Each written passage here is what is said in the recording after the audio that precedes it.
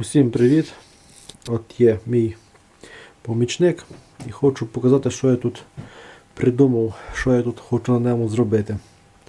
До речі, давно в мене було в планах зробити якусь там лінійку, якусь там. Ну і мав я, наприклад, отакий кусочок чугуна. Тут плюс-мінус товщина 25 мм. І почав я там вже фрезерувати. Але коли ж так було все просто. Перед тим як фрезерувати, треба було знайти якісь підставки отакі, щоб можна було прижим уперти на болт і тут зажати. Шукав я, от, наприклад, такі куски металу з такими отворами. Потім ще на хазяйстві я порив добре. Ще знайшлися от такі підпорні димкратики, можна сказати. Ну, коротше, це є димкратики, будемо так говорити.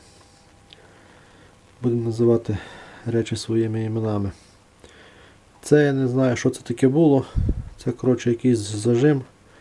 Прут туди, прут сюди навхрест, і тут і різьба можна піджимати. Це так само було в череметі, молоти на переплавку. Забрав і коли шукав на господарці, чим маю, до чого я маю це вперти, познаходив отакі речі. До речі, оце є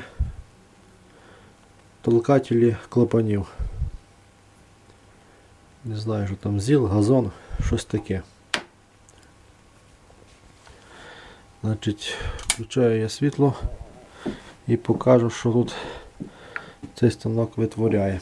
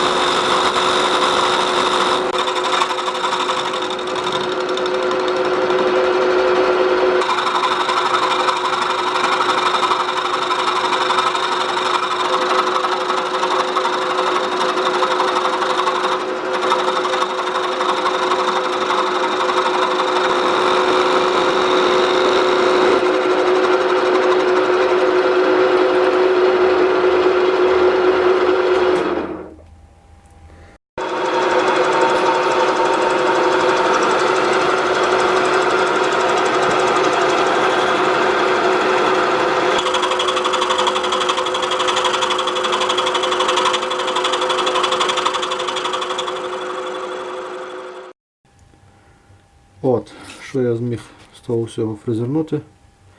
Коротше, лишається тут приблизно міліметрів, не знаю, 10. Коротше, стіл, ця площина не доходить до осі самого шпинделя. Вже тяжко було, доробити того там на заводі 2 см вінта, щоб то доходило, щоб можна брати до цього, до верха стола.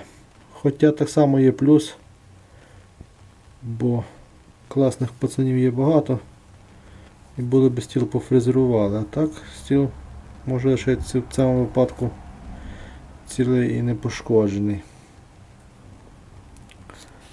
Отако.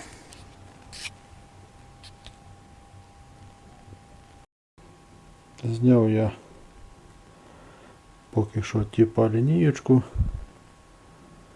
От получилася така фрезеровочка. Такі переливи. І от ще фрезернув потім з цієї сторони трошки.